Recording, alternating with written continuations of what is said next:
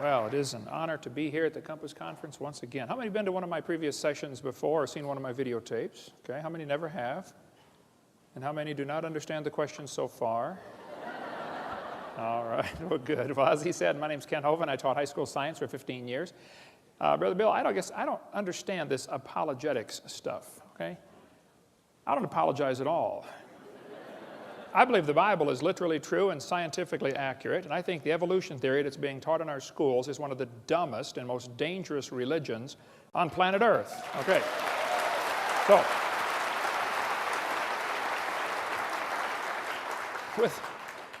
with that said, let's get started. This is not my wife. That's just a picture of her. Last summer was our 31st anniversary, and we sat down and figured out how much money we've spent since we got married. We have spent all of it. And praise God, she's with me here out at the table this week. You get to see my wife. She doesn't get to travel much. She's real involved in music at our church, and so you stop in and see her. We live in Pensacola, Florida. Been there for 16 years, and we have 3 kids, one of each. And I got all my kids married off, and the dog died, so I made it. I'm home free. It's wonderful. And we got 3.5 grandkids, and for those who don't know, grandkids are God's reward for not killing your own kids when you thought about it. Hang in there. It'll be worth it all. Amen. All right. And all 3 of my kids and their spouses work in our ministry and all live right around us. God's given us an amazing staff. We got Creation, Science, Evangelism, and Dinosaur Adventureland. We have an awesome time down there. A museum, theme park, and science center based on creation instead of evolution. I wish there were thousands of those across the country. So at Bill's request, we're covering today more reasons why evolution is stupid. Now, let me define some terms and some positions. I believe the Bible teaches very clearly, and I believe the scientific evidence points very clearly to this earth being instantly created in 6 days, about 6,000 years ago, and a great big flood about 4,400 years ago that completely destroyed the world and dropped everybody's property value to 0. And then Jesus came 2,000 years ago, and so that's the top timeline, and that's the position I take, and I believe that's true and defensible scientifically. The evolution theory says 20 billion years ago there was a big bang where nothing exploded and made everything. And then 4.6 billion years ago the earth cooled down and developed a hard rocky crust, and it rained on the rocks for millions of years and turned them into soup, and the soup came alive about 3 billion years ago. And that first life form found somebody to marry, that's a good trick of course, and something to eat, and slowly evolved into everything we see today. I think the evolution theory is not defensible scientifically. Let's define some more terms here. Stupid. Lacking normal intelligence. Foolish. Silly. A stupid idea. Now, I was taught by my mommy, don't use the word stupid, okay? So when Bill said, preach on why evolution is stupid, I said, that's going to be easy to do, but it's going to be hard because it's been entrained in me since I was a little bitty. You know, you don't use that word. So I don't want to belittle anybody who believes in evolution here today, and I'm sure there are quite a few. That's fine. It's just not a common sense idea. It doesn't make sense. The things about evolution just simply are lacking normal intelligence. And we want to fix that today. Now, I collect science books. I taught science 15 years. I happen to love the subject.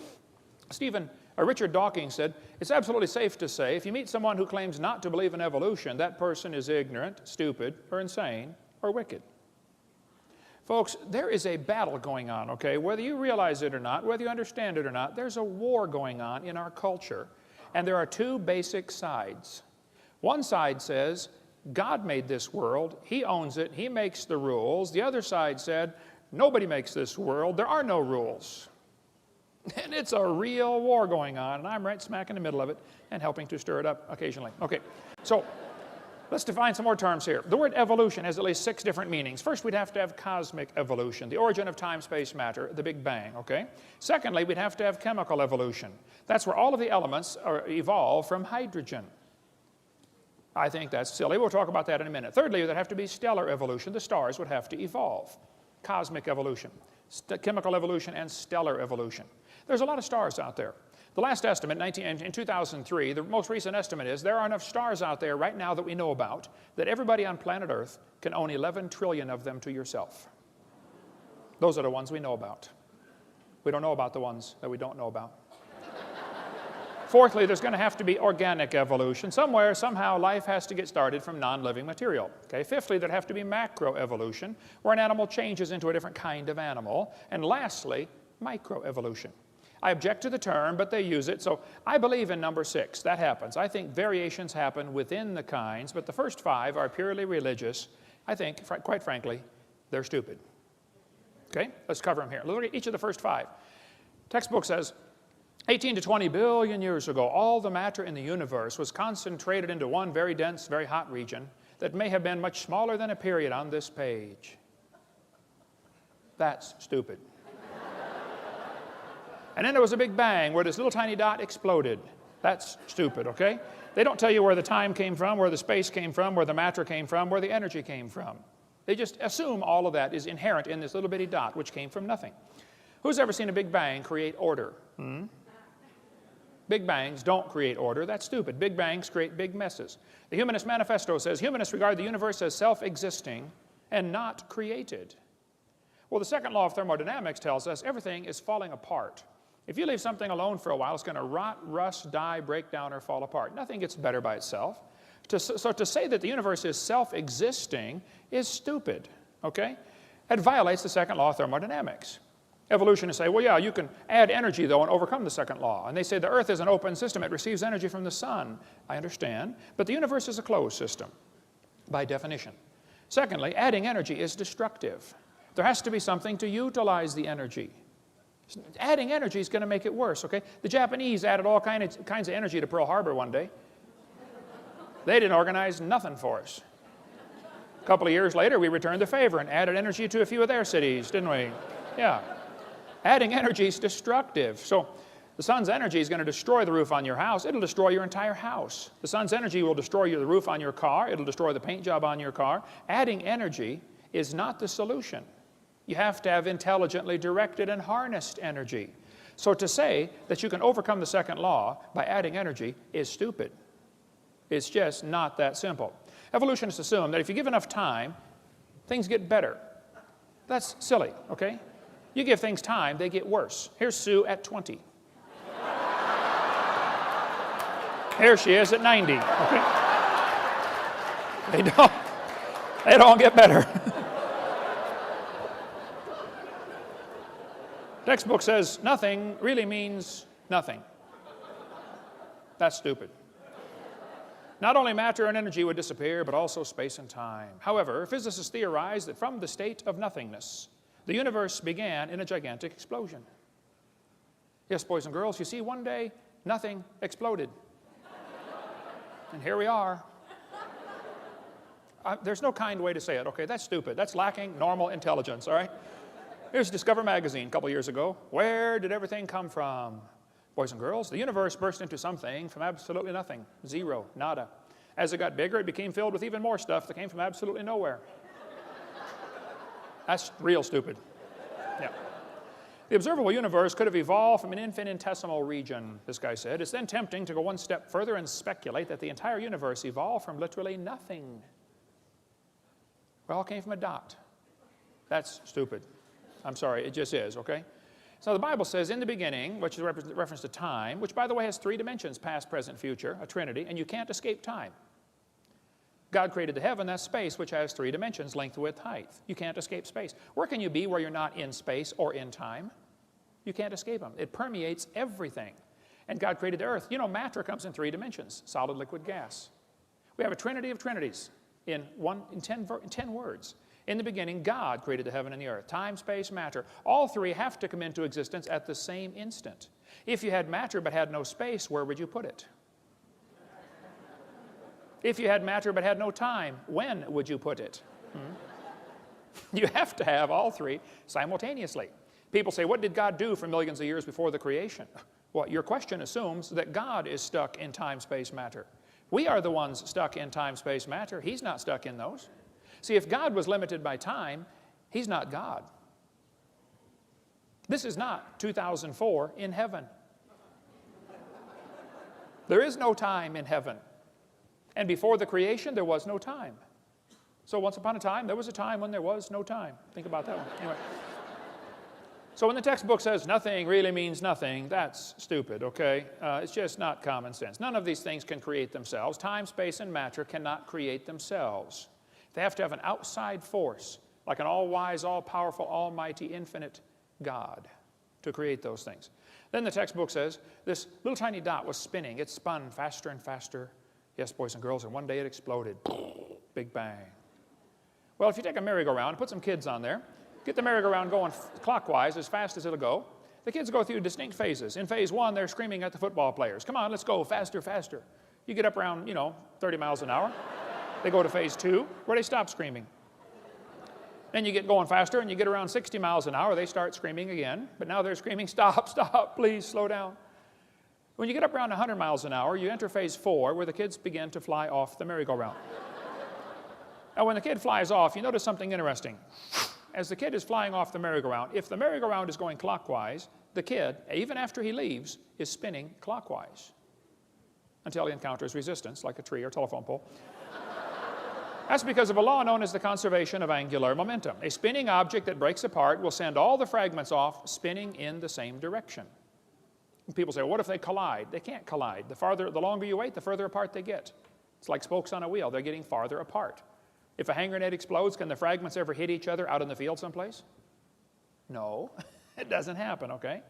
Conservation of angular momentum says spinning objects break apart and the fragments fly the same direction, spin the same direction.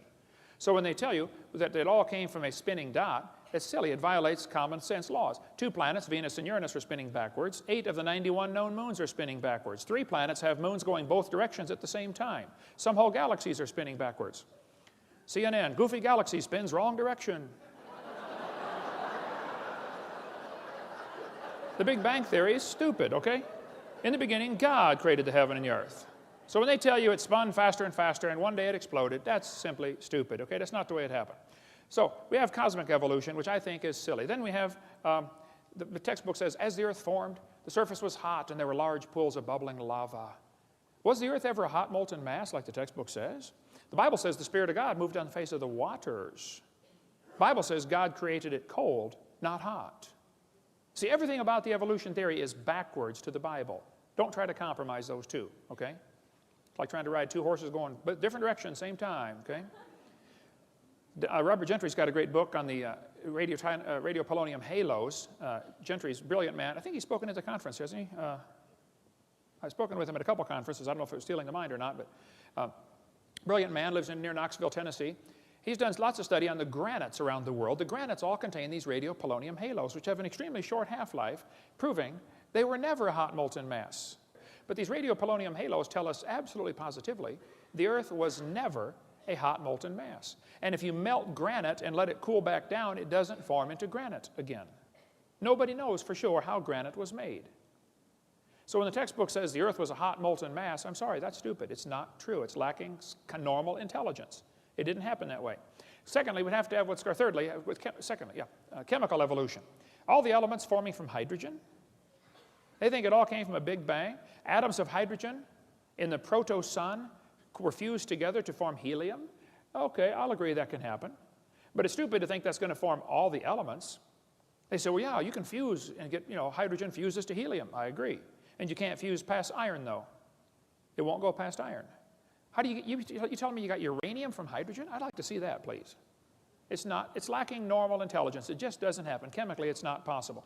Thirdly, there'd have to be what's called stellar evolution. The stars would have to evolve. The Bible says God made the stars. Plain and simple, that's just what it says. Textbook says 18 to 20 billion years ago was the Big Bang, which caused the formation of galaxies. Well, we got a real serious problem here. Big Bang Theory says nothing got together and exploded while it was spinning and formed all these galaxies.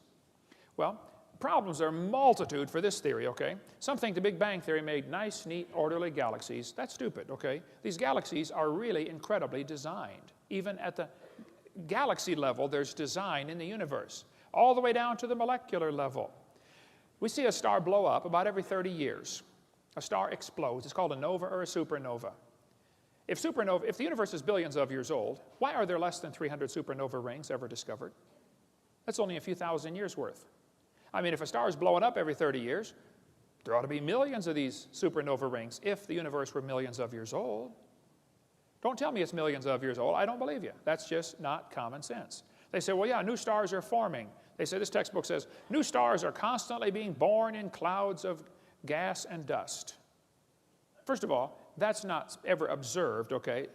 The silent embarrassment of modern astrophysics is we do not know how even a single one of these stars managed to form. You can't get dust and squeeze it together and make a star. There are common sense laws that overcome that, like Boyle's gas law.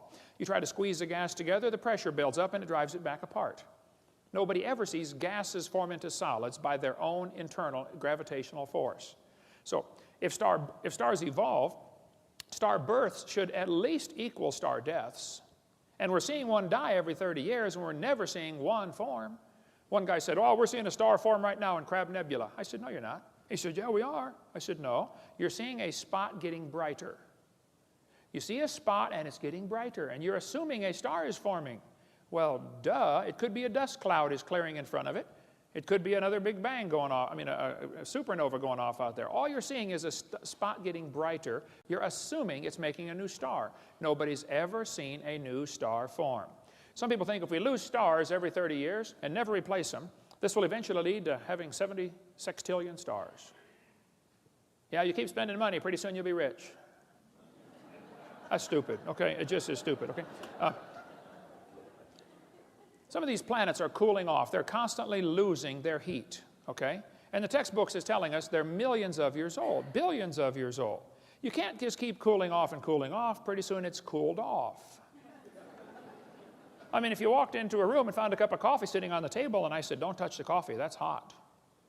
And you said, well, whose is it? I said, I don't know, it's been sitting there for 400 years. That's stupid, okay?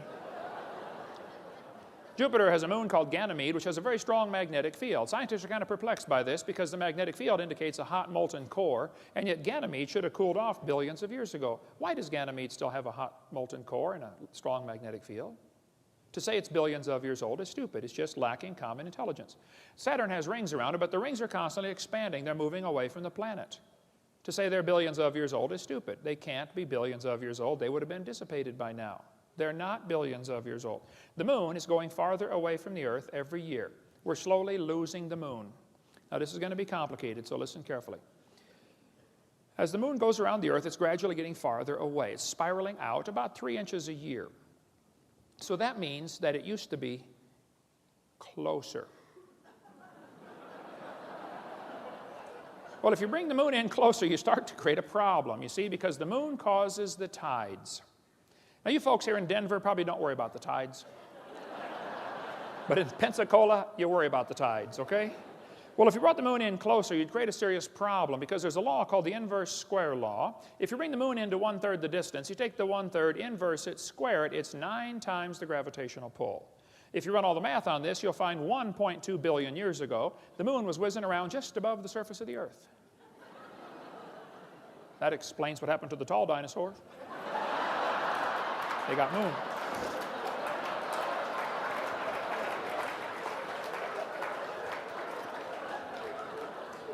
So, to teach us the moon is billions of years old while it's constantly moving away and nobody knows of any factors that would reverse that situation, that's just stupid, okay? It can't be true.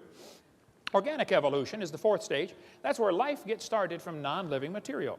The Bible says God created the living creatures. And there are folks who simply don't want God telling them what to do, bottom line. God, leave me alone, stay out of my life. Okay. So they got to figure out a way how life got here without involving a supernatural intelligence creating it. The Bible says God created it. This textbook says the history of life on earth began approximately 3.5 billion years ago. How this occurred and has been and will continue to be a topic for inquiry. Let me give you the Hovind translation. It's okay to inquire how life evolved. It is not okay to inquire whether it evolved. That's stupid. Is this education or indoctrination? Hey kids, we know life evolved. Now you got to try to figure out how it happened. How about if we even question, did it evolve? Oh no, you can't question that. You cannot question that. We know it evolved. Now just figure out how it happened. That's not education. That's indoctrination.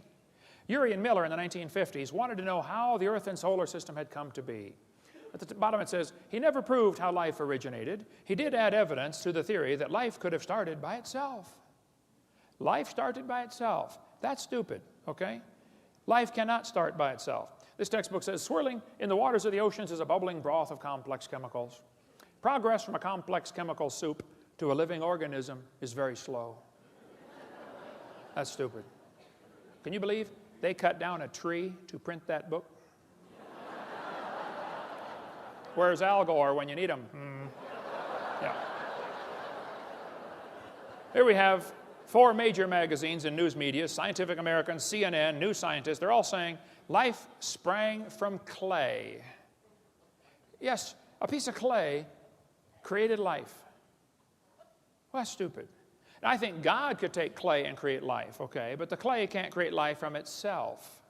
Major difference here, okay? Textbook says, students are taught that life evolved from non-living materials, like this one. Many important events occurred during the Archean era, the most important of which was the evolution of life. Progress from complex molecules to even the simplest living organism was a very long process. Yes, boys and girls, you see, long ago and far away. They hide it in antiquity. Well, if you just imagine, you go back far enough, it happened. Oh, yeah, I must have.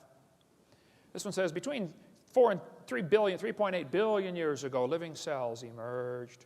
There's no record of the event. That's stupid, okay? The first self-replicating systems must have emerged in this organic soup. Yep, we all came from soup. Now that's stupid. I'm sorry, it just lacks common sense. Ernst Haeckel said, he knew that spontaneous generation must be true, not because it had been proven in the laboratory, but because otherwise it would be necessary to believe in a creator. Ah, now we're getting to the truth. Well, I'm sorry, Ernst. That's a stupid way to look at life, okay? Have scientists really produced life in the laboratory? Well, they want you to think they have. What they did, they took a series of glass tubes and beakers and flasks and hooked them all together and made 4 gases go through there: methane, ammonia, water vapor, and hydrogen. Notice, there's no oxygen. They didn't want oxygen in there. They excluded oxygen. They said, well, maybe the early Earth had what's called a reducing atmosphere, no oxygen present. Well, and then they said, at the bottom of the flask, it collected stuff that was rich in amino acids. That's stupid. It was not rich in amino acids by a long shot. What they did, they took 4 gases, excluding oxygen. Major problem, because they had to leave oxygen out, because if anything tried to get together, it would oxidize. You know, you cut a banana open, lay it on the table, it turns brown, it oxidizes. You don't paint your car, it rusts, it oxidizes. So he took oxygen out. The problem is, you got to have oxygen. See, ozone is made from oxygen, and ozone blocks UV light. So if you take away the oxygen, now the UV light destroys your ammonia, and that's one of the other gases you're trying to use. So you cannot get life to evolve without oxygen. And you cannot get life to evolve with oxygen. And the Earth has always had oxygen. All the experiments are showing that there's no proof of this reducing atmosphere. There's far more oxygen in the past than anybody ever imagined. We find in general no evidence that the Earth had an oxygen-free atmosphere. That's what all the scientific experiments have shown. So life cannot evolve with oxygen. Life cannot evolve without oxygen. And yet they're teaching us life evolved from non-living matter. I'm sorry, that's just stupid. It had to be designed, created by a really smart designer. This textbook says there was 0% oxygen on the Earth, but the rocks absorbed it. That's stupid. They filtered out the product in this experiment. Miller and Urey in their experiments had the stuff going through this series of tubes, and when it got to the bottom, they drained it off because they didn't want it to go through the electric spark chamber again because the spark would tear it apart. They said it's like 100,000 times more likely to destroy it than it was to create it. So they had to protect the goo that they created at the bottom. That's not realistic for nature. I mean, if they're saying life evolved in some warm little pond from lightning strikes, that's just not common sense. Because the lightning strike's 100,000 times more likely to tear it apart than it is to put it together. Go check out your little pond after lightning strikes. See how many frogs are surviving. Yeah. What he actually made was 85% tar, 13% carboxylic acid. Now, both of those are toxic to life. He made 2% amino acids, and only 2 of the amino acids were made. There are 20 different amino acids. It's like making 2 letters of the alphabet accidentally by dropping toothpicks and saying, wow, look at this. Nobody writes books. Here's how they're formed. Duh. These amino acids bond with tar and acid much more quickly than with each other. Amino acids are like letters of the alphabet. They're building blocks to make words, and you got to have words to make paragraphs and paragraphs to make books. What he actually made in the experiment was the equivalent of a couple of letters. 2 of the letters. And half of them were backwards. Now you really got a problem. Because the smallest proteins have 70 to 100 of these amino acids in precise order, and they're all left-handed. What's the chances of dropping toothpicks out of an airplane and creating letters on the ground 70 letters in a row, all facing the right way, all spelled correctly, just to make one paragraph. The chances are 0. It's not going to happen. Now, if you believe it will, that's great. I admire your faith, but don't call it science. And don't make me pay to put that in the schools like it's part of science. Okay, you go start yourself a private school and teach that junk to anybody that wants to pay and come learn it. This is America, the land of the free and the home of the slave, so, or whatever. So, now, DNA and RNA are all right-handed molecules, and hundreds of these have to combine in the right order, and they unbond in water much faster than they bond. And as far as I'm concerned, folks, the oceans are completely full of water.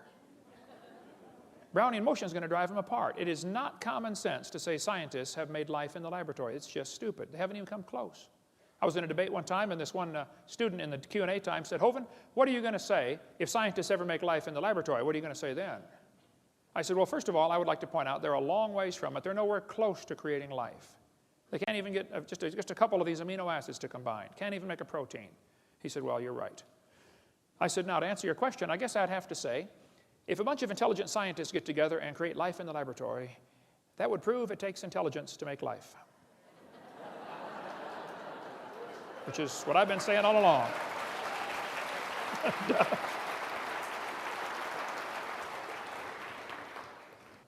Life came from rocks. That's just stupid. It's not common sense, okay?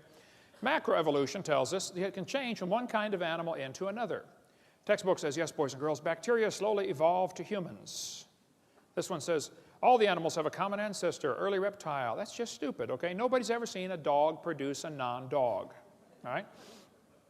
Even Mary Leakey said those trees of life with their branches of our ancestors is a lot of nonsense. Stephen Gould at Harvard University said, the evolutionary trees that adorn our textbooks are not the evidence of fossils. We don't have any proof of these trees at all. They make it up. They say the mammals and the birds and the crocodiles have a common ancestor. Everything inside that circle is just pure religious speculation. They're guessing. Nobody's ever seen a dog produce a non-dog. You may get a big dog or a little dog, but you get a dog every time. This Irish textbook calls it divergent evolution. Oh, come on, look at it. You got 5 dogs coming from a wolf. Don't give it a fancy name. It's still a dog, okay? That's not evolution. That's stupid to say that's evolution. It's a variety of dog. This Mexican textbook says the horse and the zebra have a common ancestor. I agree. And it looked like a horse. 4-wheel drive, genuine leather upholstery. I mean, all the standard equipment, okay? There's a lot of kinds of cows in the world, probably 15 different major varieties of cows, and they might have had a common ancestor. A cow. There's a magazine where you can order chickens. Okay, boys and girls, let's order some chickens. Do you want to get cinnamon queens, red rocks, white rocks, cherry eggers, brown leghorns, golden comets? But then the magazine says, jungle fowl are the original bird from which all varieties and strains of domesticated chickens are derived. Did you know all the chickens had a common ancestor? It was a chicken. Some say, well, that's evolution. No, I'm sorry, that's stupid, okay? It's a variety of chicken, right? There are 8 kinds of bears in the world, and they might have had a common ancestor. A bear. So to take these observations we see, like dogs and wolves having a common ancestor, and saying that is a conclusion that we all have a common ancestor, I'm sorry, that's just stupid. It lacks common intelligence, right? Textbook says the horse evolved from a 4-toed horse. What they don't tell you about this is the first one had 18 pairs of ribs. It's a meat-eating animal still alive today in East Africa and Turkey, okay? It's about smaller than a fox. It's not a horse. It's not even related, okay? The next one had 15 pairs of ribs. The next one has 19. They just picked these animals and arranged them in order, okay? The horse evolution series is stupid. It's never observed today. There's a huge variety of horses today. We got big horses and little horses right now. And the horse evolution series was proven wrong in 1950. Even G.G. Simpson, who believed very strongly in evolution, says, look, folks, it's not true. It's wrong. Take this out of the textbooks. It never happened in nature. But they still keep this in the textbooks. And they know it hasn't held up to examination, but they don't have any replacement evidence. Othniel Marsh made up this entire horse evolution idea in 1874. He made it up. He picked animals from all over the world. Modern horses are found in layers with the so-called ancient horses. The ancient horse, the Hyracotherium, is not even a horse. It's just like a hyrax, still alive today in Turkey and East Africa. The ribs, we can go all day about the difference between horses and the hyrax, okay? Tulsa Zoo finally took down their display because 2,000 people signed a petition saying, get this lie out of our zoo. They took it down for 6 months and then put it back up when nobody was watching. Peabody Museum still has the horse evolution on display. Now, it's only been proven wrong for 55 years. I know it takes a while to get displays up to date in your museum. But 55 years is long enough in my book, okay? Leaving that thing in the zoo is stupid. Or in a university, it's not true. I was in a debate one time, and this one professor, I was going through lies in the textbooks. I said, get that out of the textbooks. It's not true. He said, well, fine. He said, well, what are you going to replace all this stuff with? Now, that's stupid. I said, are you telling me we can't take a lie out of the textbooks unless we got a replacement? What you're trying to say is, folks, we want the kids to believe this theory. We've got to give them some evidence, and this is all we've got, and you're taking away our evidence. Now, you've got to find some more. Look, I didn't pick the dumb theory to begin with, okay? I don't believe it. Pick a new theory. That's the way science works. If you don't have any evidence for your theory, you get a new theory. The problem is, all the evidence for evolution has been proven wrong, but they don't want to take it out because there's no replacement. I'm not trying to get evolution out of the textbooks. I just want the lies out of the textbooks. Evolution will automatically go with it because there's nothing left to support it. The Bible says God formed the eye. Eyeballs are unbelievably complex. Charlie Darwin said, to suppose that the eye could have been formed by natural selection, absurd. And then he goes for 4 chapters after that and says how he thinks it happened anyway. The back of your eyeball is 1 square inch, called the retina. It contains 137 million light-sensitive cells, all wired to the brain. Now, my daddy started me off when I was about 7 building a ham radio. I've done a lot of electrical wiring in my life, built 9 houses. I've done all kinds of electrical wiring. My dad was an electrical engineer at Caterpillar Tractor Company. I cannot imagine hooking up 137 million connections in 1 square inch. My Heavenly Father did it. He's pretty smart. I debated a guy named Ed Buckner, who's an atheist in Buffalo, New York. He said the human eye is an example of poor design. I said, why would you say that, Ed? He said, well, the eye is wired backwards. I said, what do you mean? He said, well, the blood vessels are in front of the retina. I said, yes, I know that. I taught biology and anatomy. He said, well, the octopus has a much better eye because their blood vessels are behind the retina. I said, well, Ed, let me explain something to you. We live in the air. Okay? Air is a very poor insulator for UV light, okay? So your eyeball has the blood vessels in front of the retina because that's your body's last defense against ultraviolet light. Now, octopus live in the water. Okay? Now, water blocks UV light. See, we have eyes designed for living in air, and they have eyes designed for living in water. Now, if you want to swap eyes with an octopus, you just enjoy yourself, but that's stupid, okay? You're going to be blind in a few weeks, all right? What they're trying to say is, well, God wouldn't do it this way, so it must have evolved. That's a silly argument for evolution. They're trying to say poor design is proof of evolution. Porsche made a car one year. It was just a poor design. You could not get the spark plugs out without taking the motor mounts loose and lifting the motor up. That's a poor design. So does that prove nobody designed the Porsche? No. And they look at the human body today and think we are poor design. I say, first of all, fellas, you need to stop and consider something. What you're looking at right here is a copy off of a copy, off of a copy, off of a copy, off of a copy, off of a copy, off of a copy, off of a copy, off of a copy of Adam. This same gene code's been copied so many times, it's amazing we can stand here and talk about it, okay? You're not looking at the original by a long shot, okay? This one is a poor example of the original. Getting worse, too, by the way, much poor example. It's stupid to say that poor design is evidence for evolution. The eyeball is so complex, you can walk into a room and look around the room, and in 1 second, your eye picks up enough information to keep the Cray computer busy for 100 years analyzing everything you picked up. Fastest computer in the world. This textbook says the complex structure of the human eye may be the product of millions of years of evolution. That's stupid. The eyeball had to be designed.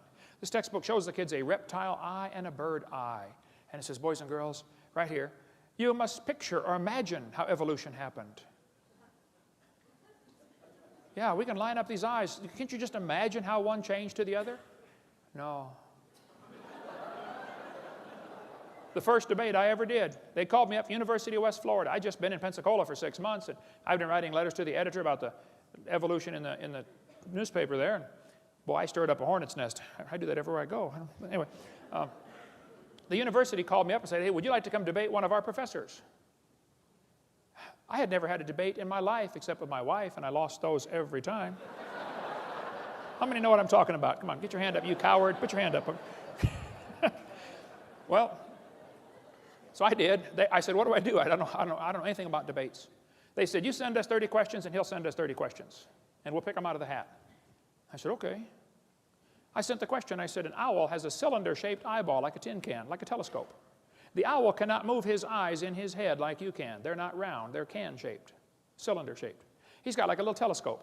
When he's looking at you, okay? He has to turn his whole head to look at something. Now, it gives him a disadvantage. He can't move his eyes, but the advantage is he can read the newspaper at the other end of the football field. If he could read and he cared what's going on. I said, now, most eyes have a round eyeball. This one has a cylinder-shaped eyeball. Would you please explain to me how this evolved? And how did the bird see in the meantime when it was partway cylinder and partway round?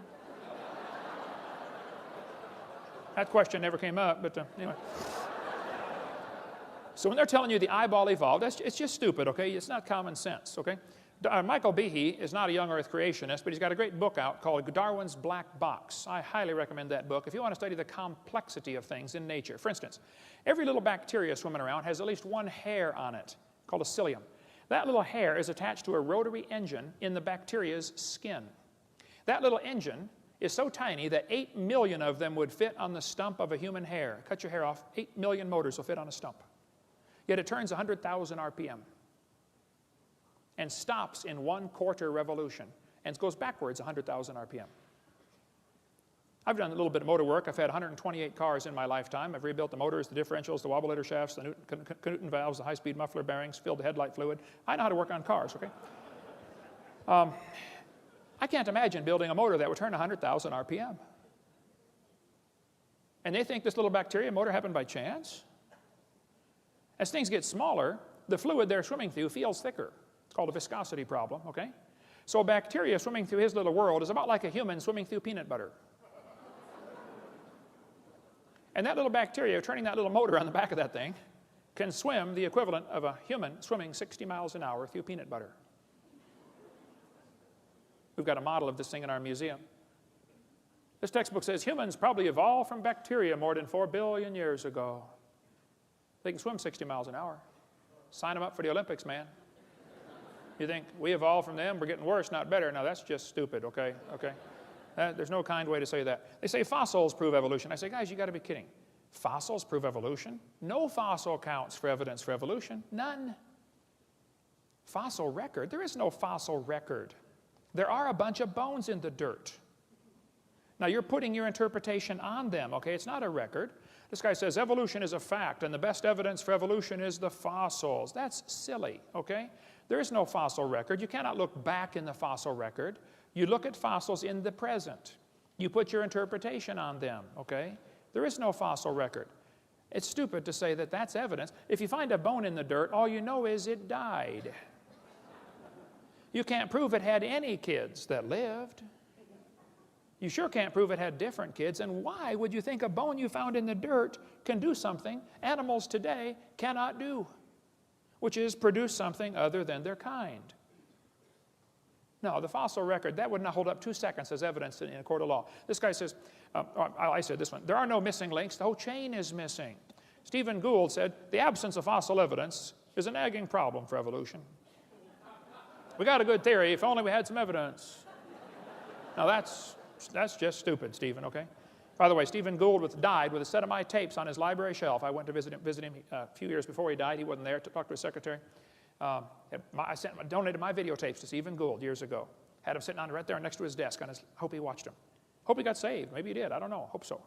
But to believe that we've got a good theory, we just don't have any evidence. Okay, well then maybe consider the theory might not be right, okay? Richard Goldschmidt said, the first bird hatched from a reptile egg.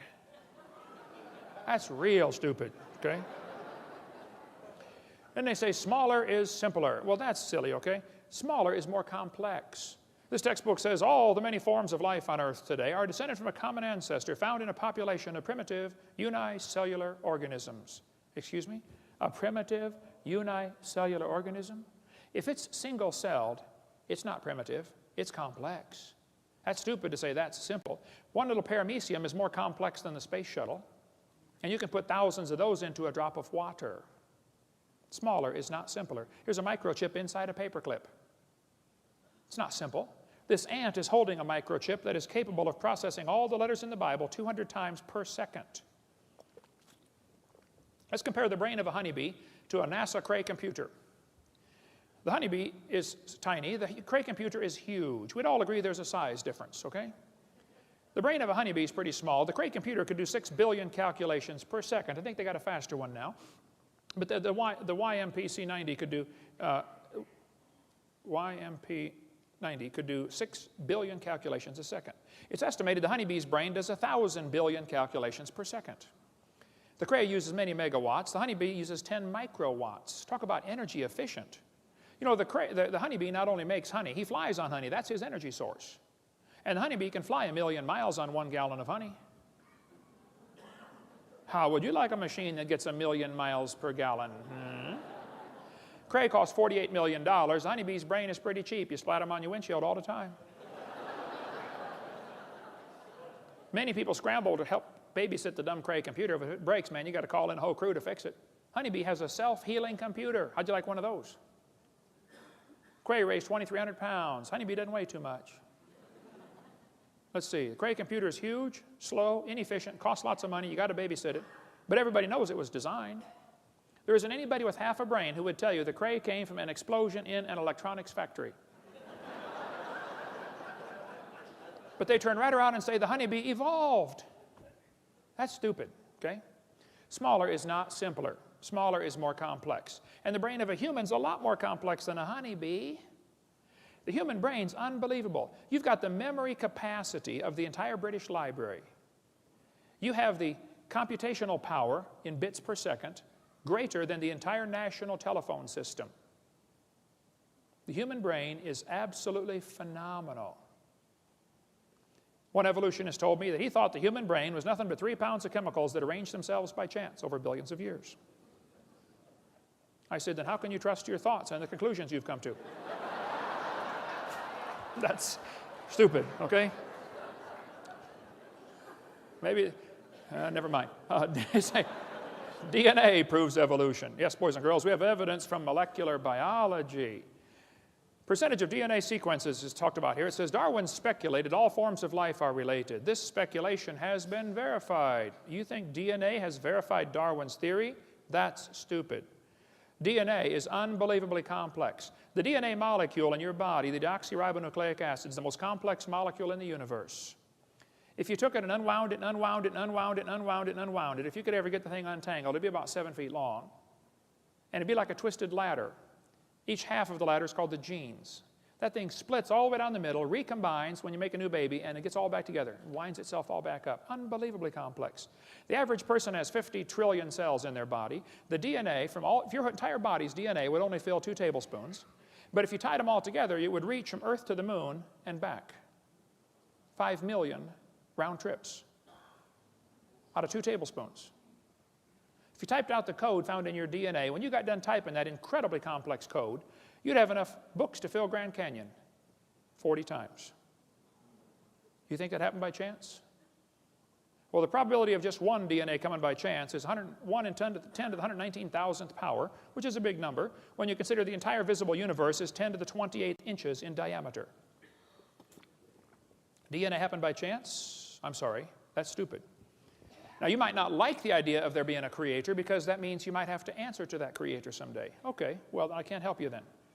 I did a debate at Embry-Riddle University a couple months ago, 3 against 1, 3 professors against me.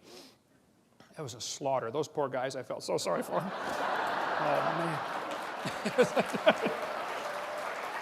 The next day, the student who organized the debate said, would you guys like to do that again? I said, no. After the debate, we had a Q&A time, and one of the kids said, I believe evolution's a fact. I said, well, let me ask you a question, son. Just suppose, creation was true. Suppose I'm right. Suppose there is a creator. And he owns this place. I mean, he made it, he owns it. Just suppose, okay? And he makes the rules. I said, would that change your lifestyle any? He said, what do you mean? I said, well, suppose the Creator gave us a book like the Bible that says, thou shalt not commit adultery. Don't lie, don't cheat, don't steal, no lust, no fornication, no pornography. Is this going to change your lifestyle any? He said, yeah. I said, well, then tell me, have you accepted the evolution theory because you really have some evidence, or because you like the freedom from God? He said, well, I've accepted it because I'm horny. I said, thank you, son. You may sit down. Folks, there is no scientific reason to reject the Bible. There is no scientific reason to accept the evolution theory. None. Now, you might have a reason to accept the evolution theory because of your lifestyle. Well, then I can't help you, okay? But let me tell you, God created the heaven and the earth. God's going to come back and be the judge of this world one of these days. And if you haven't trusted Jesus Christ, His Son, to forgive you of your sins, you're in serious trouble. You're going to stand before God in trouble. You say, well, I'm a pretty good person. Oh, yeah? You ever lied? How many have ever told a lie? Put your hand up. You're doing another one, okay? Bible says, 10 Commandments, thou shalt not steal. How many ever stole something? Come on, you already told me you're a liar. Put your hand up, okay? Well, that's just 2. We already know we're all a bunch of lying thieves, okay? You think, people say, well, God's going to judge my good works against my bad. Who on earth told you that?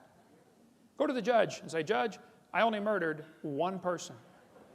Look at all the people I didn't murder. Surely my good works outweigh my bad. You better think that one through. And God will say, okay, I won't send you to hell for your good works. I'll send you there for the bad ones. How about it? What if you died today? We're going to cover in the next session a bunch more reasons why evolution is stupid, and it is. But I think Satan is using this theory to blind people, to give them a placebo. Oh, I've got an answer to life. I know how we got here, and God didn't do it. It's absolutely a stupid idea. And Satan's laughing at you for believing in it. And I got probably, as Bill said he wanted 100 more reasons why evolution is stupid. I started going through that thinking, I don't think I can trim it down to 100. There are thousands of reasons why it's stupid. It just lacks normal intelligence. You know, it's common sense to look at something, when you find something designed, if I find a cell phone in the dirt, it's logical to say, somebody must have designed this. I don't have to see the designer. It's just logical, there must have been a designer, period, okay? When you're walking through the woods and you find a painting hanging on the tree, it's just logical to say, you know, somebody painted it, even if you can't have any evidence of who did it. The painting is proof of the painter. The creation is proof of the Creator. And if you're here today and you're not saved, the Bible says you're going to hell. You say, I don't believe in hell. You can go to hell without believing in it. That won't affect God at all, okay? If you're not saved, that's why we do this. Our ministry is called Creation Science Evangelism. We stand without apology. The Bible's true. And we want to use the evidence for science and creation to evangelize. If you're here and you're not saved, I want to talk to you. I'm not going to call you stupid to your face. But evolution is a stupid idea. Now, if you believe it, wise up, okay? Quit believing that stuff. We'll be glad to show you how to get saved after the meeting. Thank you so much. It's an honor to be back here again, teaching on more reasons why evolution is stupid. We probably could do a series, Bill, of 20 hours on this topic. But we only got 1 more hour, so we'll get done as quick as we can here. Why evolution is stupid. We left off in the last session talking about DNA, deoxyribonucleic acid, the most complex molecule in the universe. To say that formed by chance is just plain stupid. But let's suppose it did.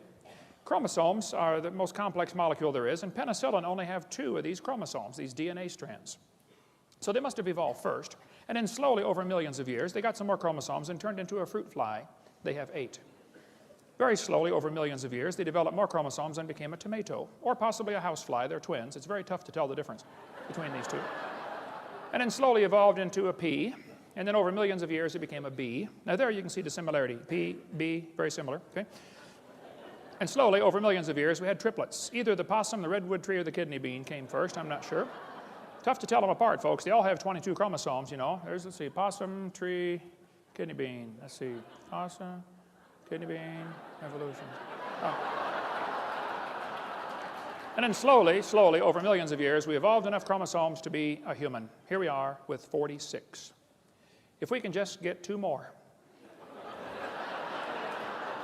we're going to be a tobacco plant. I know some already smell like it. Sometimes I'll get on the elevator and I'll say, man, you're evolving, you're way ahead of me. And maybe someday we'll have enough to be a carp. And it probably won't happen in my lifetime, but maybe star date 34, 95, 72, we'll have enough chromosomes to be a fern. Why don't they talk about the chromosome number as as evidence for evolution? They tell the kids 20 kinds of amino acids, that's true, make up all the proteins. It says, explain how this fact supports the idea that all life shares a common ancestor. Well, that's like saying all the books in the library have the same 26 basic letters.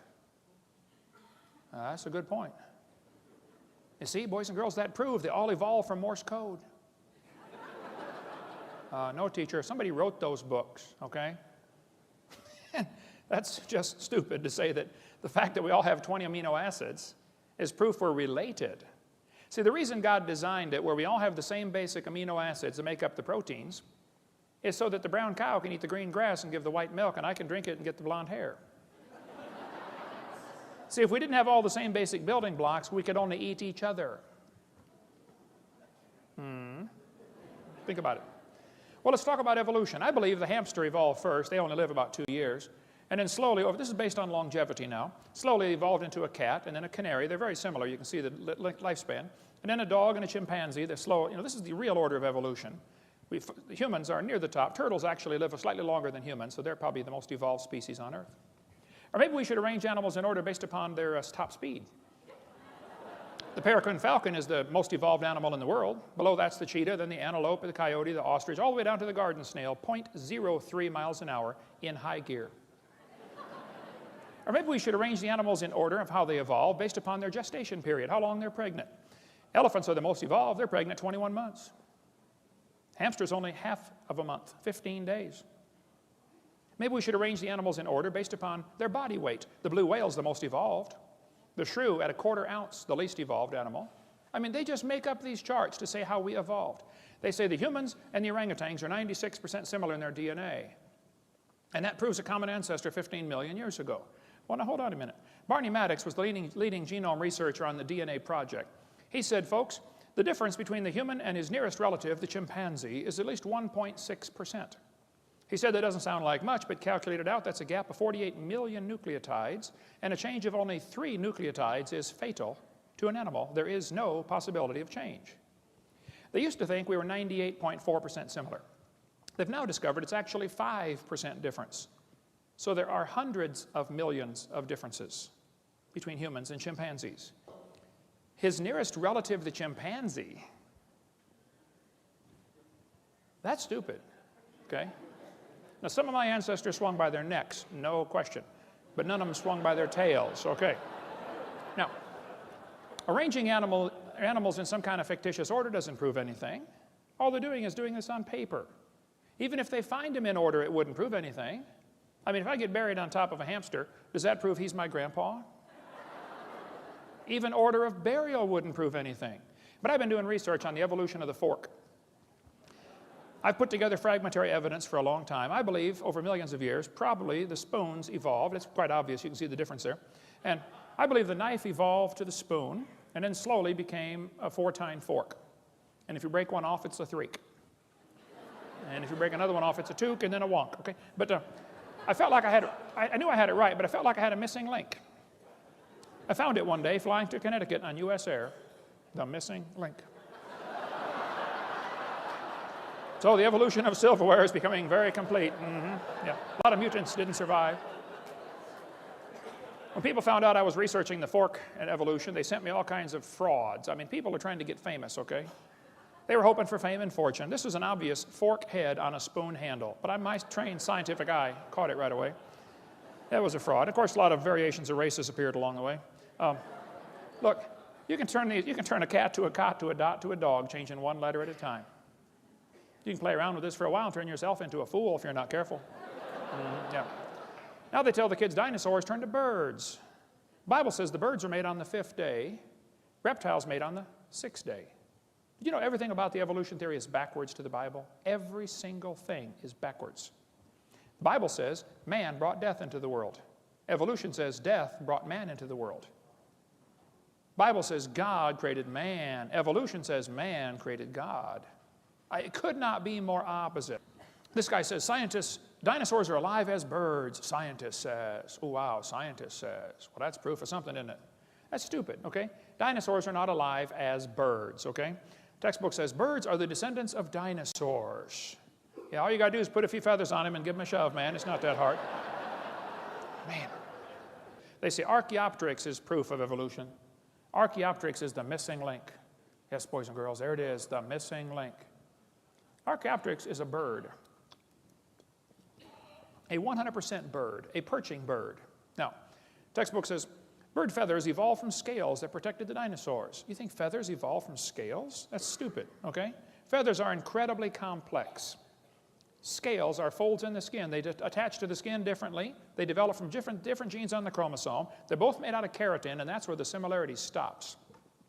Feathers did not evolve from scales. There's no similarity at all. I like to show this to evolutionists.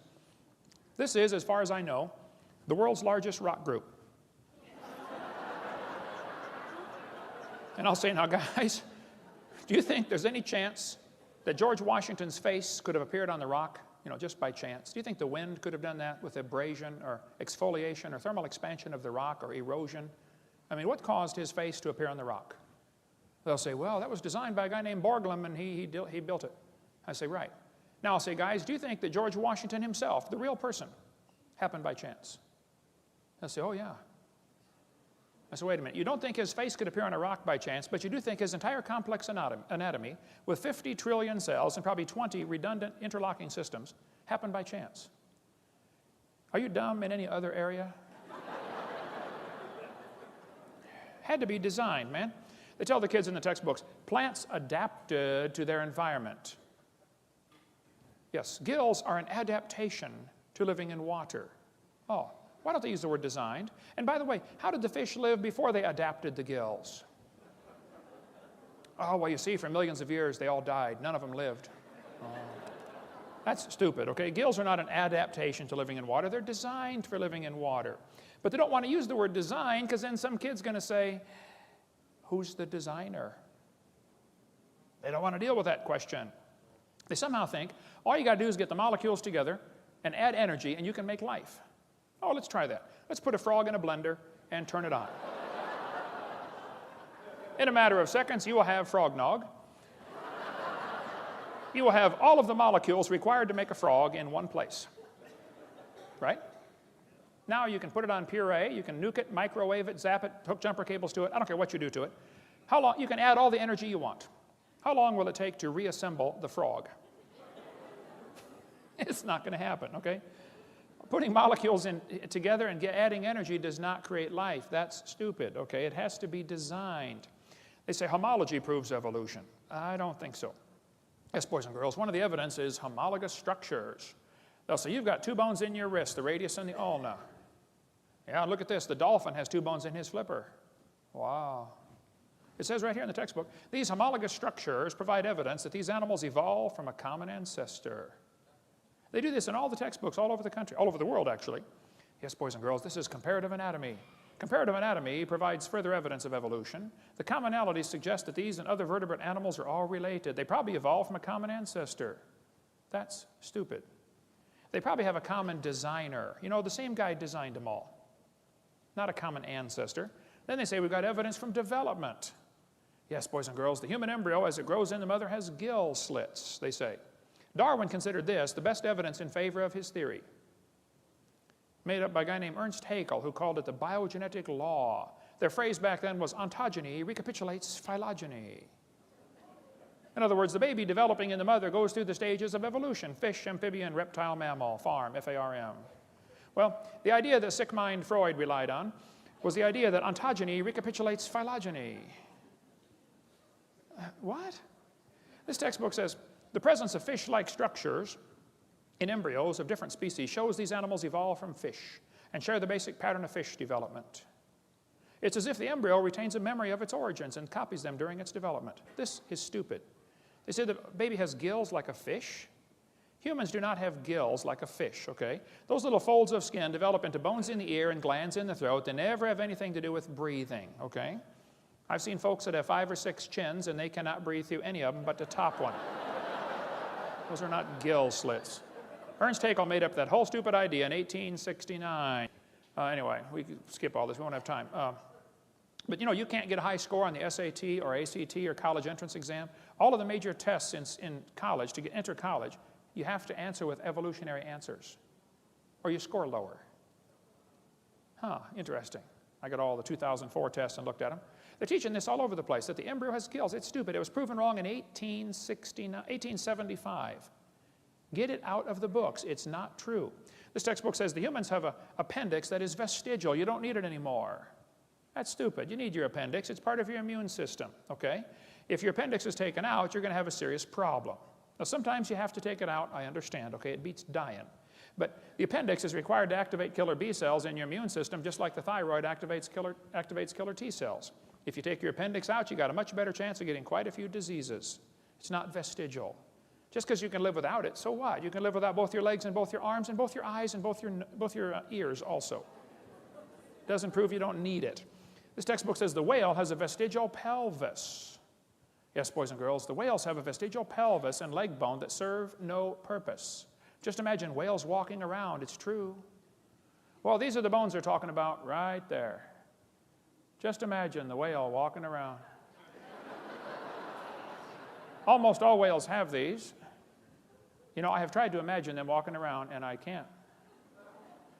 It says the whale's pelvis is evidence of its evolution from 4-legged land-dwelling mammals. That's stupid.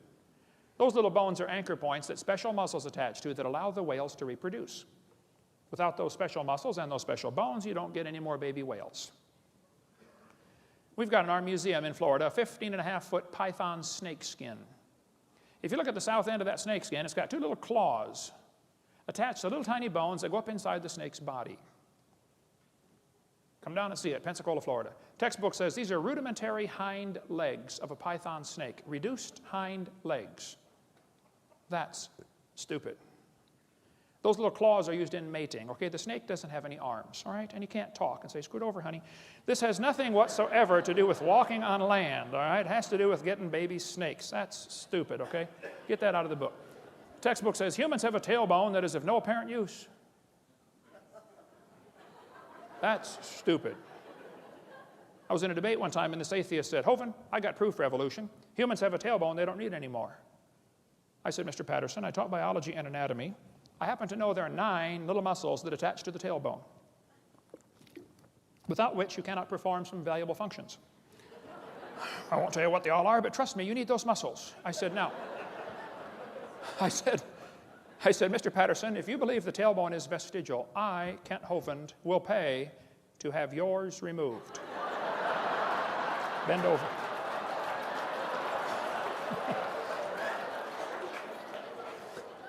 He did not volunteer. Textbook says the coccyx is a small bone at the end of the human vertebral column. It has no present function and is thought to be the remainder of bones that once occupied the long tail of a tree-living ancestor. This is what your kids are being taught in school, folks. Look, I hate to say this, but the problem in the textbooks is not fixable in the short term. Get your kids out. The ship is going down. Get them out.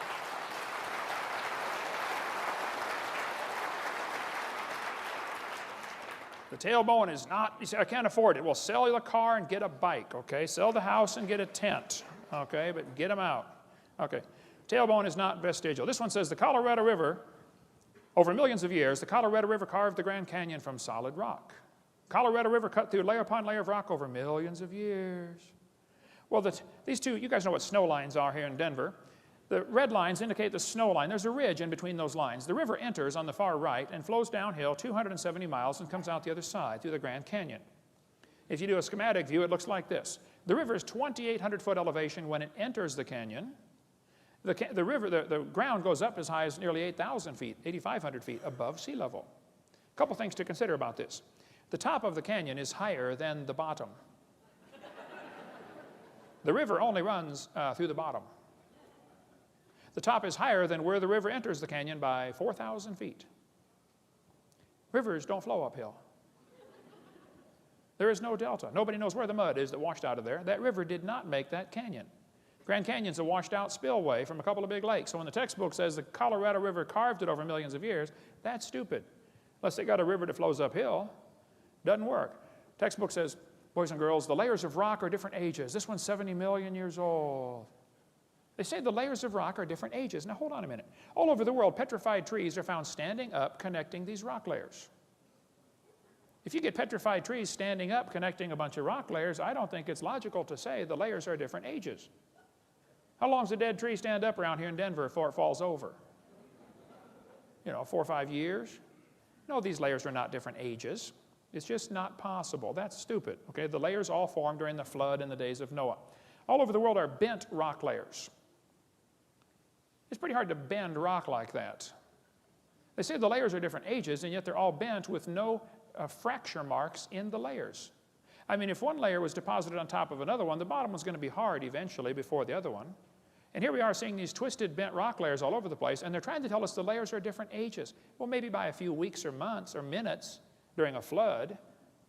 But to say the layers are different ages when there are no internal fracture marks is just plain stupid. They're not different layers. They all formed in the flood in the days of Noah. They got bent while they were soft. This guy says the rocks date the fossils, but the fossils date the rocks more accurately. That's stupid. They teach us that the fossils are sorted by how they evolved. Clams are found at the bottom because clams evolved first, and birds are found at the top because birds evolved last. Well, moving water sorts things automatically by all sorts of factors, okay? Actually, maybe fossils are sorted based upon their habitat.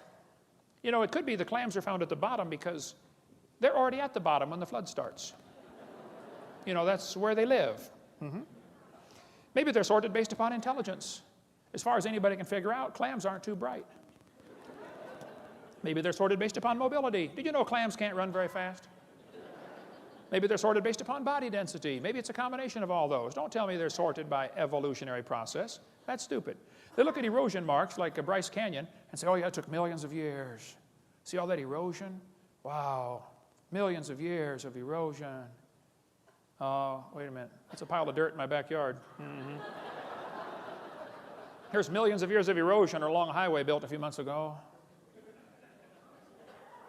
Ancient seabed. Look at all the, buttes sticking up there and pillars and columns. Oh, millions and millions of years of erosion. All you got to do is fly out west and look out the window of the airplane once in a while, and you'll see huge erosion marks all over the place. The very simplest things could not evolve. There's an excellent, very simple book, so cute. We sell it in our ministry, called Exploding the Big Bang, Could a Box Evolve? Could just a cardboard box evolve? And there's a whole chapter explaining how cardboard boxes are made. Is it possible that a cardboard box could evolve? How about an ink pen? How about a paper clip? Just take some simple objects and shows how dumb it is to think that a human body could evolve. But the textbook says all the many forms of life on earth today are descended from a common ancestor, found in a population of primitive unicellular organisms. We all evolved from a bacteria. That's stupid. The blue whale grows to 49 tons in 1 year. That's a growth rate of 330 billion times from what it started. If humans did that, you'd weigh a lot. Blue whales slowly tried to evolve this ability over millions of years. None of them survived, of course. They all died. Blue whale evolved from a bacteria. That's stupid, okay? The seahorse, the only fish that swims in the upright position, and the male hatches the eggs. Interesting. Where did this evolve from? Who's its ancestor? This evolved from a bacteria? That's stupid, I think. Sperm whale can dive 10,000 feet, stay there for 2 hours underwater. The pressure at 10,000 feet is 620,000 pounds per square foot. As the sperm whale slowly tried to evolve this ability over millions of years, none of them survived. They all died. The sperm whale evolved from a bacteria? I'm sorry, folks, that's just stupid, okay? The platypus, what did it evolve from? It has hair, lays eggs, senses electrical signals in its prey's muscles. When the crawdads are trying to crawl away from this thing, the muscles contract. This thing can sense the muscle contraction in the crawdad. Bats, with their echolocation, can sense a moth and go pick it out of the air, but the moth can hear the echolocation and drop. How did the moth evolve that? How did the bat evolve the echolocation? The platypus evolved from a bacteria? It's just stupid, okay? Bottlenose whale can dive 3,000 feet down in 2 minutes. Try that. Watch what happens to your eardrums. A human attempting this would have multiple medical problems and die almost instantly. This evolved from a bacteria? I'm sorry, that's stupid. Rhinoceros beetle can carry 850 times its own weight. That's like me carrying 17,000 pounds. What did this evolve from? Who's its ancestor? You think it evolved from a bacteria? I'm sorry, I think that's stupid. You can believe that if you want, but don't call it science, okay? The giraffe has a 2-foot heart that pumps blood up 10 feet. Then when it bends down to get a drink, it's got a special blood cushion to absorb the shock of all this pressure being pushed down to its brain. The giraffe is getting a drink. He hears a lion roar. He throws his head up in the air 17 feet and runs off. Go from 0 to 17 feet in about a quarter second, and you try to run off and see what happens. You take about 3 steps and fall over. It evolved from a bacteria? I don't think so. The woodpecker has a tongue that goes in the back of his head, goes all the way around, anchors in his left nostril. No other bird has a tongue anything close to the woodpecker's tongue. What did it evolve from? Who's its ancestor? It has shock absorbers around its brain to absorb the shock. The woodpecker can peck the tree, back its head out, open its eyes, focus on the tree, close its eyes, and peck again. If it had its eyes open when it pecked, its eyeballs would pop out. It can open its eyes, focus, close them, and peck, like, what, 40 times a second? Where did it evolve from? From a bacteria. I think that's stupid, okay? The beaver, amazing animal, has its teeth that the outside is hard, the inside of the teeth are soft. Every time they chew, they wear off the inside of the teeth, which means the outside is always sharp. Self-sharpening teeth. Pretty slick. It's an engineer of amazing ability. The beaver can cut down a tree limb and swim across a river. Here he is carrying something with a heavy drag. He's swimming. He's compensating to know that he ends up in the right spot without being carried downstream by the extra drag of this branch. Yeah, for millions of years, they all got washed downstream and died. None of them survived, yeah. Came from bacteria. I just think that's stupid, okay? The golden plover goes to Alaska, lays its eggs, puts on 70 grams of fat, raises the babies for a few weeks, and then it takes off and flies 88 hours nonstop to Hawaii. It burns 1 gram of fat per hour. It's only got 70 grams. It needs 88 grams to make it. So they fly in V formation, and they're always switching who's the leader. The leader takes the brunt of the airflow. All the rest of them save enough energy that they land in Hawaii using only 70 grams of fat. Several weeks later, the babies take off from Alaska and fly to Hawaii. They've never been there.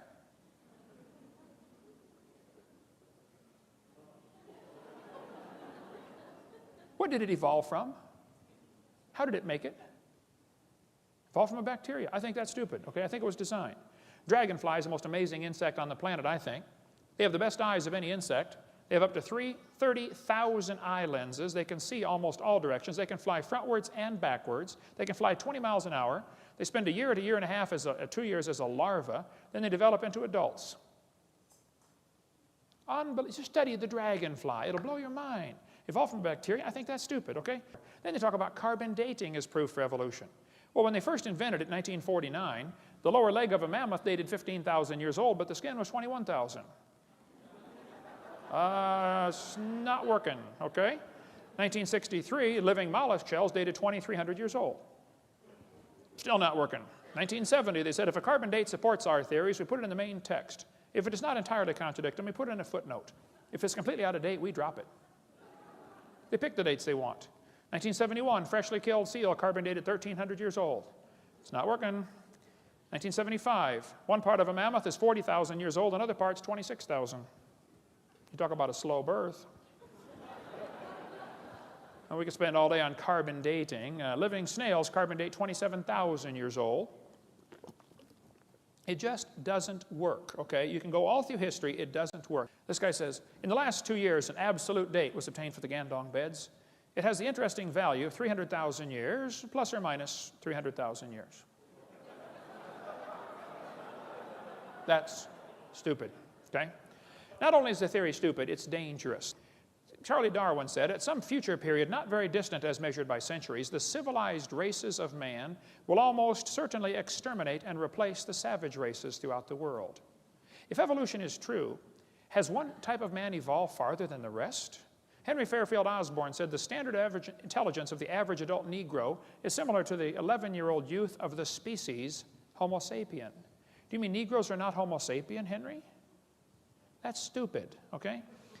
Thomas Huxley said, no rational man cognizant of the facts believes the average Negro is the equal, still less the superior of the white man.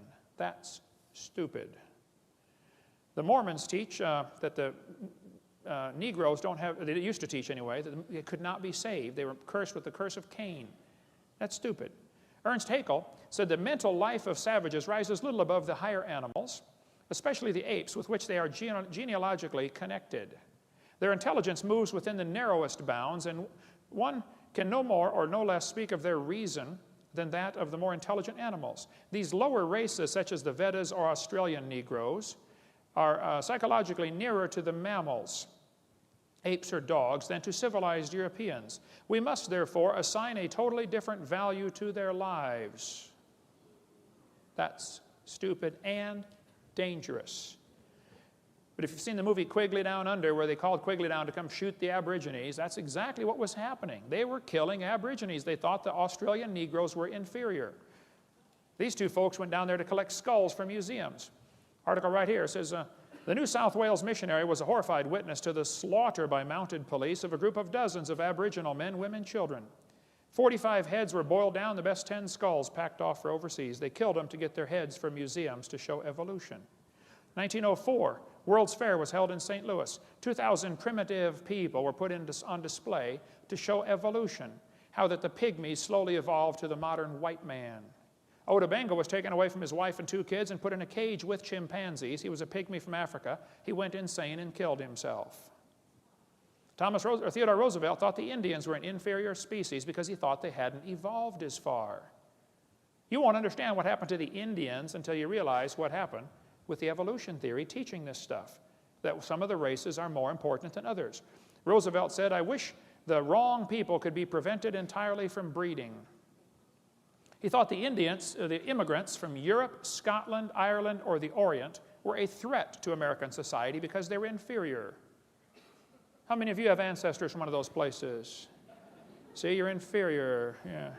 1871, Congress scrapped all treaties with the Indians because they thought, they're just animals, that they hadn't evolved as far. You got to read about the Trail of Tears. Of course, evolution came out way before 1859 with Darwin's book. Darwin just made it popular. It's stupid to teach that Indians or anybody else is inferior. Comrade Stalin went to a Christian school as a kid. He read Darwin's book and became an atheist. Darwin's book changed his life forever. Comrade Stalin killed between 60 and 100 million of his own people. You ought to read any of the books by Alexander Solzhenitsyn. Somebody gave me one once, said, well, Hovind, you got to read this book, The Gulag Archipelago. I said, man, this thing's 900 pages. He said, well, just read the first 5. I said, okay. 3 days later, I finally got to go to bed. I said, man, that was an awesome book. I couldn't put it down. It's stupid to say that somebody's inferior because of their skin color or something else. During World War II, the Germans overran Poland from one side, the Russians overran them from the other side. They captured all the Polish officers and executed them.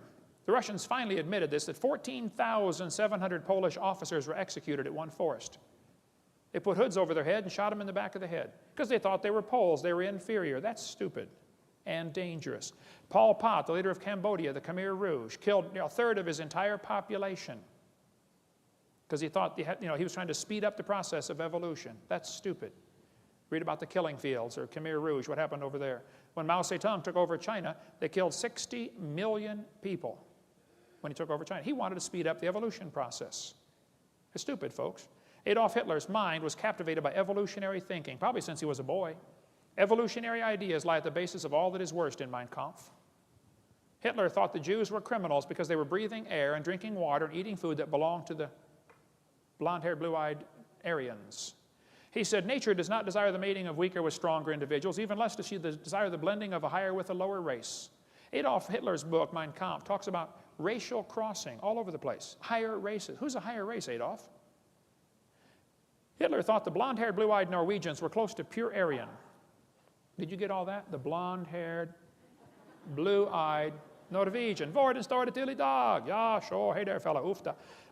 And he thought the Germans were mostly Aryan. The Mediterraneans are slightly Aryan. The Slavics are half Aryan, half ape. Orientals are slightly ape. Black Africans are mostly ape. And Jews are close to pure ape. That's the list Hitler was working off of. He hated the Jews. He also hated the blacks. Olympics were held in 1936 in Germany. Jesse Owens, the black American athlete, won the most gold medals. Hitler said, it's not right to make my men race against this animal. Well, Hitler, that's stupid. He's as much a man as you are, probably more. Textbook says you're an animal. Kids, don't you buy that for a second. That's stupid. You're not an animal. I've seen some look like it, okay? I've seen some act like it. You're not just an animal. You're made in God's image. You're going to answer to God one of these days for everything you've ever said or thought or done. Arthur Keith said, evolution is unproved and unprovable. We believe it because the only alternative is special creation, and that is unthinkable. We don't want to believe this theory. Well, that's a stupid reason to go to hell, because you don't like the theory of that God might have made the world. Julian Huxley said, I suppose the reason we leapt at the origin of species was the idea of God interfered with our sexual mores. That's stupid. The Bible says they did not like to retain God in their knowledge. God gave them over to a reprobate mind to do things which are not convenient. That's dangerous. Can you imagine if God gave up on you? Wow. Maybe you're here today. Somebody dragged you here and said, oh, you got to come to this meeting. I want you to come. And you believe you came from a rock 4.6 billion years ago because that's what you've been taught in school. God is not willing that any should perish. But to accept the idea that you came from a rock and to reject the idea that God created this world, it is stupid, okay? I'm sorry. There's no kind way to say it. The Bible says God cannot lie. He promised, whosoever shall call upon the name of the Lord shall be saved. Now that's smart. That's the deal of the century, the deal of a lifetime. God says, here, I'll take all your sins, throw them as far as the east is from the west, and I'll give you my righteousness on your account. On account of you don't have any.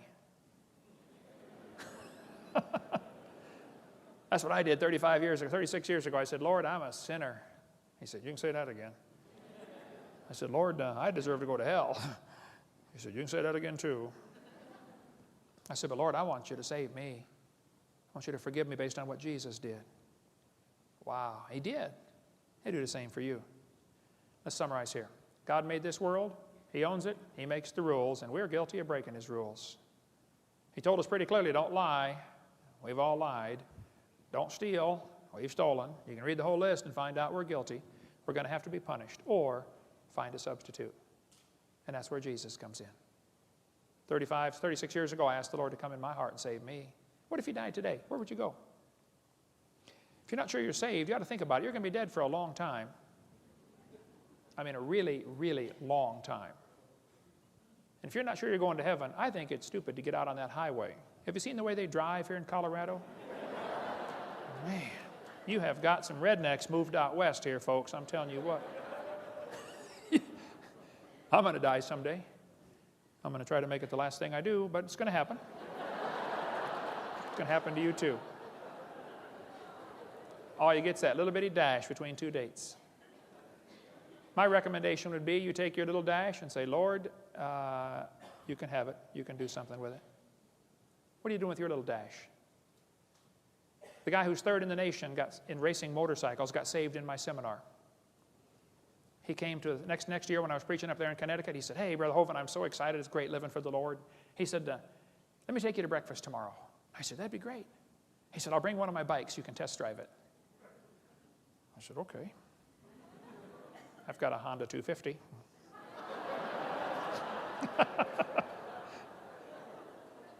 He brought his Honda 900 that had been blueprinted and stroked and bored and balanced, and I'm not sure what all they did to it. But it was not your normal Honda 900. He said, try it out, Brother Hovind. I said, okay. I took it off in first gear. Boom! Just about broke my neck. I hit second gear. Boom! I was just about to drop it into third when I glanced down and realized I am going 90 miles an hour in second gear. It has 6 gears.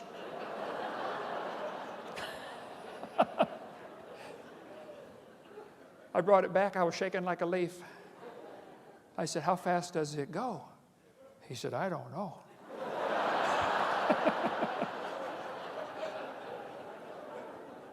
But guess what he wants? A faster bike.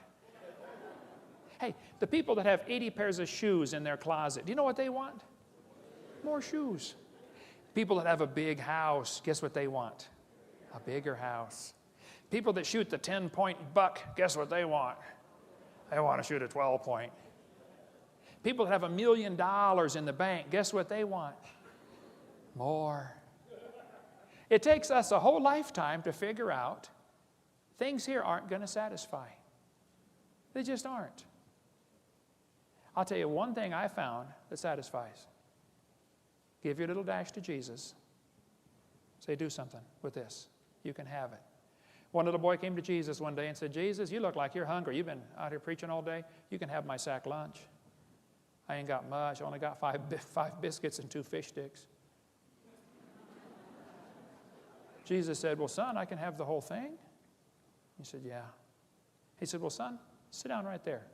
Watch this.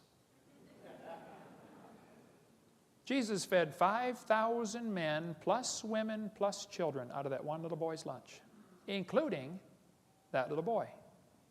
That's pretty cool. He could have kept his lunch and fed himself, but he decided to give it away. And he still fed himself and 20,000 more people, plus brought home 12 baskets full of fragments. You just can't beat a deal like that. Now, you can save your little life and use it for yourself if you want. That's your prerogative. I don't care what you do. You can work hard and make a bunch of money and die rich. Okay. You're going to die either way. Or you can give your little dash to Jesus. Say, Lord, would you do something with this? Some of you need to start a ministry. I'll tell you what, Denver needs a creation museum.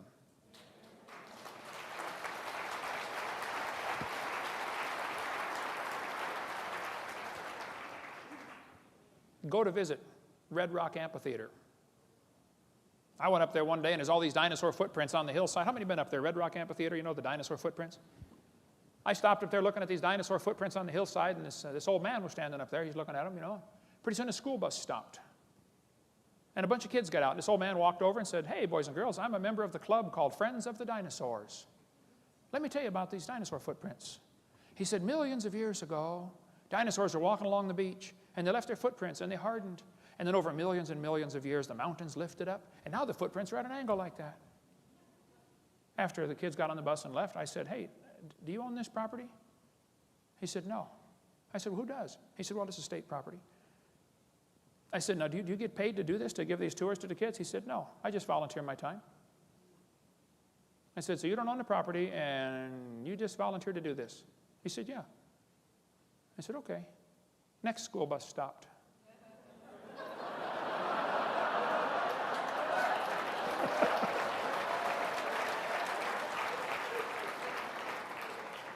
I was a little younger and could run a little faster. I got there first. Hey, boys and girls, let me tell you about these footprints. About 4,400 years ago, there was a flood. The whole world was in panic. Noah had all the critters safe on the ark, but the rest of the world, it was disaster. And some dinosaurs were running, trying to get away from the flood. And these footprints got covered up with mud and preserved. And then during the last part of the flood, the Bible says in Psalm 104, the mountains arose, the valleys sank down, the water rushed off. And these mountains formed about 4,400 years ago in the flood. That guy was so angry, I thought he was going to have a heart attack. I know CPR, but I thought, you know.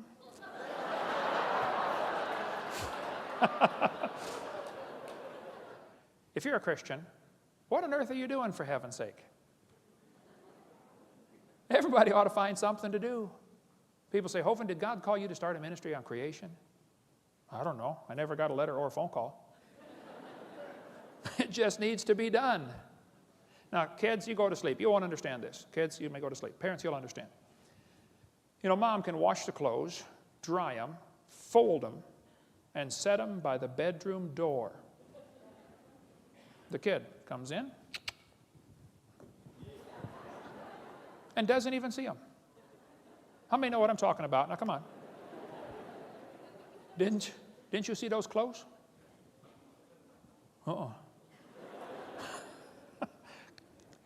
I think God's up in heaven looking down at some of his kids, maybe some in this room. Can't you find something to do for my kingdom?